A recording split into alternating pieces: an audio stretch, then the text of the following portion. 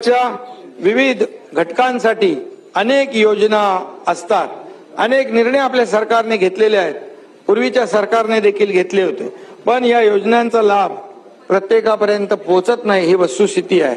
सरकारी कार्यालयामध्ये अनेक वेळा चक्रा मारणं, खेट मारणं आणि सातत्याने त्याचा पाठपुरावा करणं आणि त्यामुळे सामान्य माणूस चक्रा मारून हताश होऊन जातो आणि ते लाभही सोडून देतो आणि म्हणून या ठिकाणी शासकीय योजनांचा लाभ जो आहे प्रत्येक लाभार्थीला मिळाला पाहिजे यासाठी आम्ही शासन आपल्या दारी हा देखील एक प्रयोग सुरू केलेला आहे।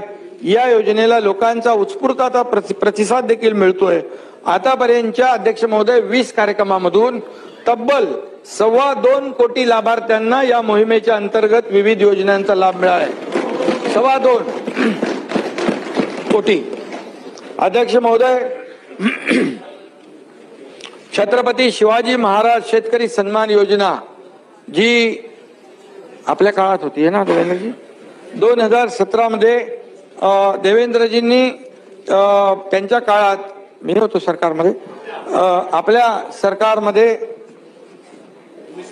हा सुनील बोलतोय, आपल्या सरकारमध्ये, हा, तर 44 लाख शेतकऱ्यांना 18,762 कोटी इतका कर्जमाफीचा लाभ त्यावेळेस दिला होता।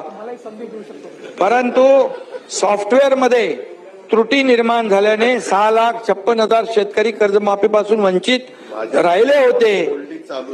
या 6,56,000 शेतकऱ्यांना कर्जमाफी जी आहे ती वंचित राहिले होते, ही देखील खरं म्हणजे हे वास्तविक या आधीच्या सरकारने, महाविकास आघाडी सरकारने जे राहिलेले जे 6,56,000 शेतकऱ्यांना पैसे द्यायला पाहिजे होते,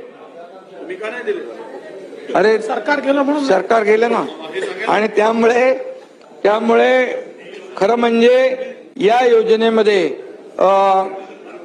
तत्कालीन सरकारच्या कानापर्यंत किंवा कानावर जाऊन सुद्धा कानाडोळा झाला असेल, कानाडोळा केला असेल, परंतु अध्यक्ष महोदय मी या ठिकाणी सांगू इच्छितो, मी या ठिकाणी त्याबाबत घोषणा करू इच्छितो की 6,56,000 वंचित शेतकऱ्यांना ते पैसे आम्ही देणार।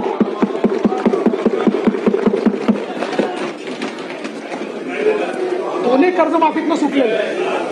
वास्तविक या आधीच्या सरकारने 2.5 वर्षाच्या काळात ती जबाबदारी घ्यायला पाहिजे होती, परंतु तुमच्या काळात मी माहिती घेतली डीबीटी पोर्टल बंद होते, युबीटीच्या काळात डीबीटी बंद होते,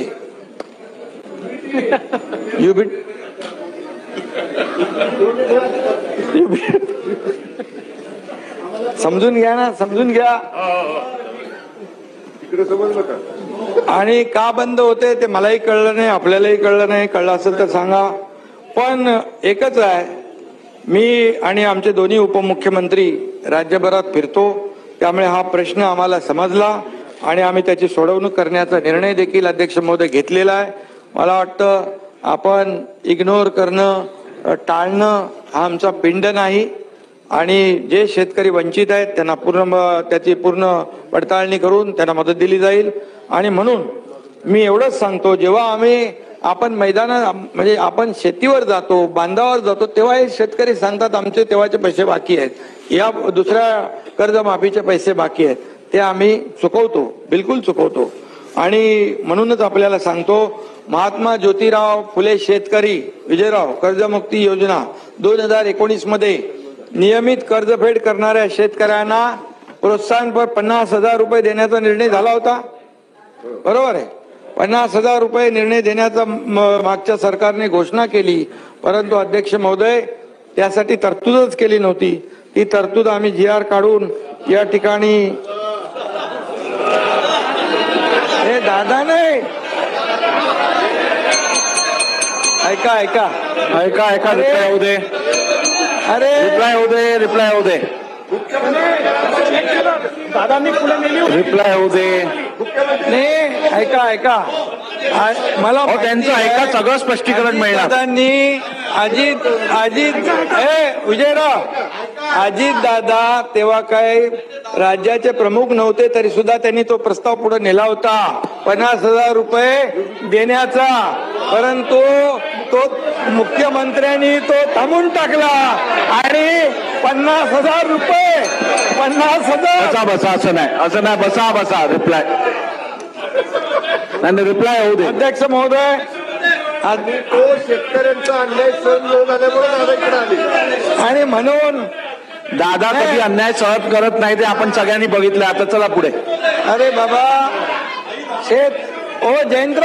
जयंतराव दादानी तो प्रस्ताव पुढे नेला होता, परंतु शेवटी कोणाच्या हातात असतं, त्यामुळे त्यांना शेतकऱ्यांचा अन्याय सहन नाही झाला म्हणून तिकडे आले. आणि म्हणून त्यामुळे अध्यक्ष महोदय ही तर आम्ही 2017चे राहिलेले देखील हे देतोय आणि 50,000 जे आहेत जे नियमित कर्जफेड करणारे शेतकरी जे आहेत त्यांचे पैसे आम्ही त्याची पूर्तता करतोय तेही वाटतोय. म्हणजे हे देखील मी या ठिकाणी सभागृहाला सांगू इच्छितो. म्हणजे आश्वासनं देऊन आणि त्याला शेतकऱ्यांच्या तोंडाला पानं पुसवायची, त्याला झुलवत ठेवायचं, बोलाचीच कडी बोलाचाच भात, हे आम्ही कधी केलं नाही, करणार नाही. दिले काही दिले ना 50,000 रुपये. आणि त्याला ऐका नियमित कर्जफेड करणाऱ्या शेतकऱ्यांना अनुदान देण्यास सुरुवात आम्ही केली. ऐका ना, ऐकलं तर बोलणार. आतापर्यंत 14,31,000 शेतकऱ्यांच्या बँक खात्यामध्ये सुमारे 5,190 कोटी रुपये जमा केले आणि उरलेत ते पण देणार. जे बघा तुमच्याकडे कोणी असतील तर तुम्ही सांगा, त्याला लगेच आम्ही देऊन टाकू चेक फाडून. डीबीटी केंद्र सरकारने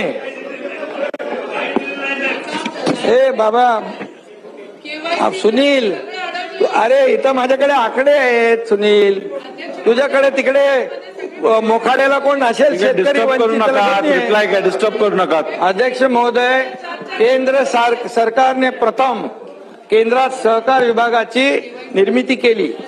केंद्रीय गृहमंत्री अमित शाह साहेबांनी या खात्याचा कार्यभार हाती घेतलेला आहे आणि आमच्या विनंतीला मान देत महाराष्ट्रातील साखर कारखान्यांचा प्राप्ती कर माफ करण्याचा निर्णय केंद्र सरकारने घेतला.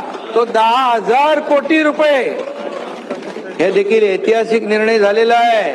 तुम्ही म्हणता दिल्लीला कशाला जाता, याच्यासाठी जातो आम्ही, शेतकऱ्यांना मिळवून देण्यासाठी, लाभ मिळवून देण्यासाठी. यामुळे जवळपास 10,000 कोटींचा दिलासा राज्यातल्या सहकारी कारखान्याला मिळालेला आहे. जयंतराव बरोबर आहे ना? बरोबर आहे, मान्य आहे. आणि त्यांनी सहकार से समृद्धी हा मंत्र वास्तवात आणण्यासाठी त्यांनी प्रयत्न सुरू केलेले आहेत. अध्यक्ष महोदय,